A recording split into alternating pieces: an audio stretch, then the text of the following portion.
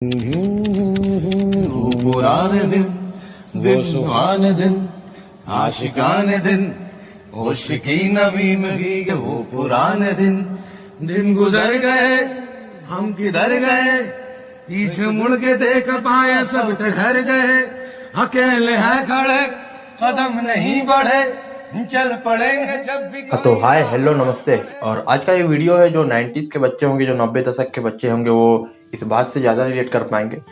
जो 3 चरण में 3 स्टेज में जो साइकिल चलाने की 3 चरण होते थे, तो उस बारे में आज की वीडियो है। हम पुराने एरा में जाएंगे, 90 के दशक में कुछ यादें ताज़ा करेंगे आज, तो ये वीडियो उसी बारे में। चलो भाई देखो अब मैं क्या करता हूँ। जो आजकल के बच्चे हैं वो महरूम हैं इस सब चीज़ों से, इन सब बातों से। उन्हें क्या पता, उन्हें तो यहाँ सीधे छोटी सी 12 इंच की साइकिल पकड़ा दी जाती है और उसमें वो स्टाइल मारते रहते हैं। बट हमारे ज़माने में साइकिल जो होती थी 40 इंच की, जो कि हमारे कंधे तक आती थी। सबसे पहला चरण कैंची।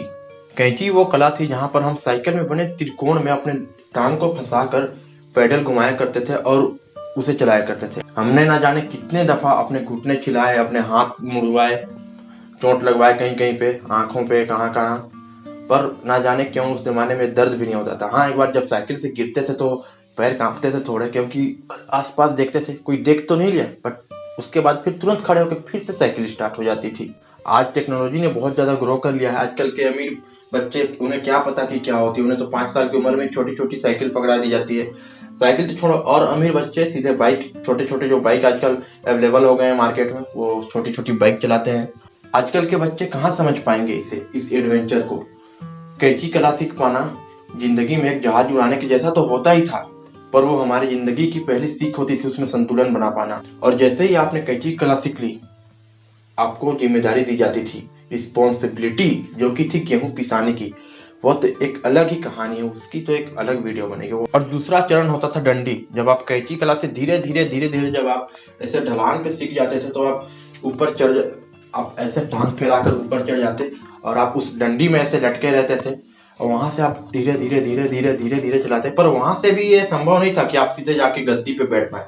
गद्दी पे बैठ पाना तो एक मतलब नेक्स्ट लेवल बात होती थी उस जमाने में हमारे लिए। तो मैं आपको एक स्टोरी बताना चाहता हूँ कि जब हमने कैंची सीखा था शुरू पे, तो मैं, मेरे मामा का लड़का, जो बड़ा लड़का था, वो, हम दोनों गाँव के, मतलब ऐसे बहुत बड़ा ढलान है, मतलब तो वहाँ पे हम लोग चल रहे थे। सामने में एक अंकल जी थे और उस जमाने में सब धोती लपेटे हुए करते थे। आज से लगभग 2005-06 की बात है। उस जमाने में सब धोती लपेटे हुआ करते थे, तो साइकिल में ब्रेक कम थी और दोनों ने ब्रेक लगाया नहीं। मैं पीछे बैठा था, मामा का लड़का जो बड़ा था, मैं 3-4 साल बड़ा, वो चला रहा था बाइक, मतलब बाइक नहीं, साइकिल। और उसने एक अंकल को अपने साइकिल के सामने के जो चक्के हैं उसमें फंसा लिया और थोड़ी सी 10 मीटर दूर उसको बैठा के लेके चले।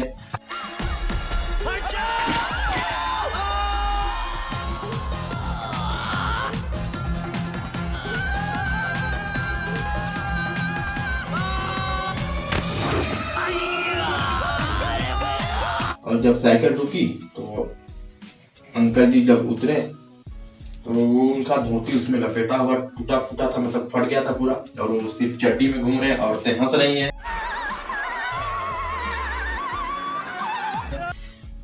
और हमारे तो डर के मारे पसीने छूटने लगे। माफ कर दो पापा, माफ कर दो पापा, माफ कर दो, कुछ ऐसी चीज से हम बच गए थे। अच्छा